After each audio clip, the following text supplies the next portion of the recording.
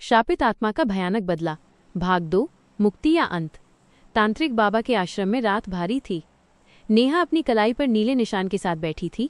उसकी आंखें खाली थीं और वो बार बार बुदबुदा रही थी, घर, मेरा घर।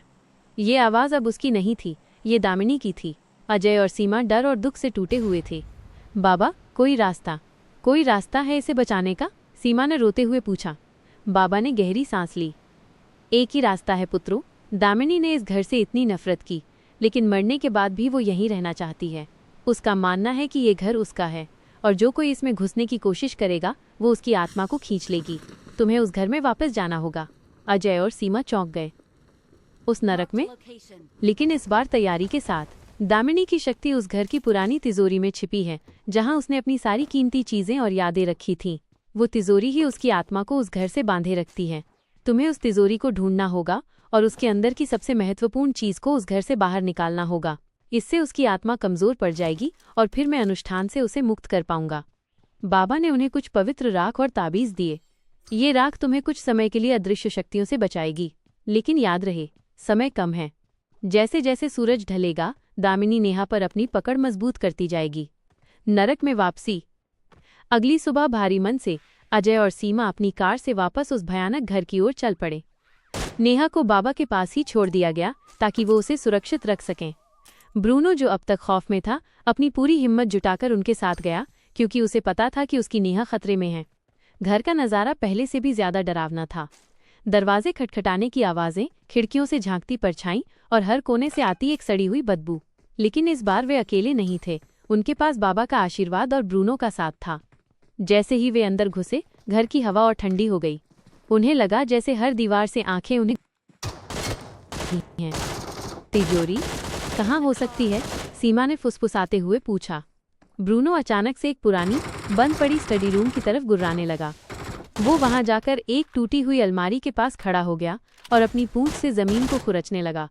अजय और सीमा ने उस जगह को देखा। अलमारी के पीछे दीवार में एक छोटी सी दरार थी। अजय ने हिम्मत करके अलमारी हटाई। वहां ईंटों के पीछे एक पुरानी जंग लगी लोहे की तिजोरी छिपी हुई थी। दामिनी का क्रोध। जैसे ही अजय ने तिजोरी को छूने की कोशिश की, घर की सारी लाइटें झपझपाने लगीं। अचानक हवा में एक चीखने की आवाज गूंजी, जैसे कोई दर्द से तड़प रहा हो। घर की दीवारें हिलने लगीं और छत से धूल गिरने लगी। तुम इसे नहीं छू सकते, ये मेरा है। दामिनी की आवाज हर कोने से गूंजने लगी।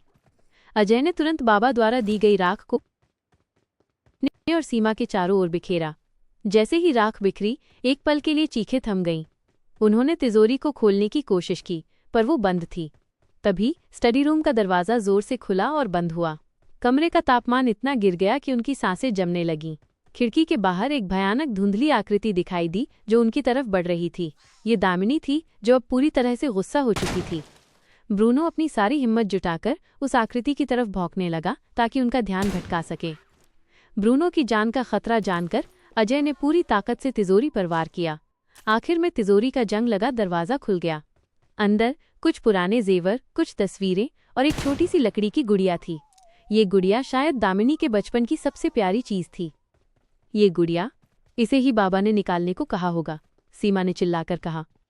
जैसे ही सीमा ने उस गुड़िया को उठाया, दामिनी की आकृति ने एक भयानक चीख मारी। घर फिर से हिलने लगा, लेकिन इस बार ये अलग था। दीवारों में दरारें पड़ने लगी और घर की बुनियाद कांपने लगी। मेरा सब कुछ, तुम मुझसे सब कुछ छीन लोगे। दामिनी की आवाज अब दर्द और गुस्से से भरी थी। मुक्ति या अंत। सीमा ने गुड़िया को अपनी गोद में लिया और अजय के साथ बाहर की ओर भागे। पीछे पीछे ब्रूनो भी था, जो अभी भी गुर्रा रहा था।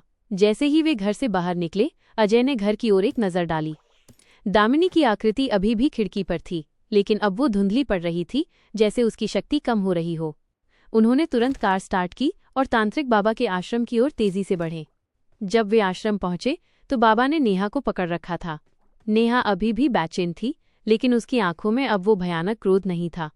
जैसे ही सीमा ने वो लकड़ी की गुड़िया बाबा को दी, बाबा ने उसे एक पवित्र आग में डाल दिया और कुछ मंत्रों का जाप किया।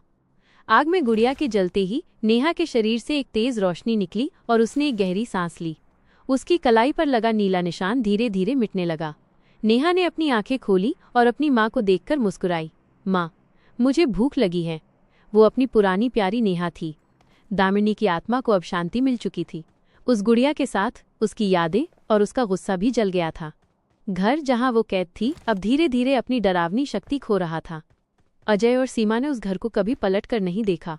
उन्होंने शहर छोड़ दिया और एक नई जगह जाकर रहने लगे, एक ऐसा घर जहां कोई पुराना इतिहास ना हो और जहां हर कोने में खुशी हो, डर नहीं। और ब्रूनो, वो अपनी नेहा के साथ हमेशा रहा।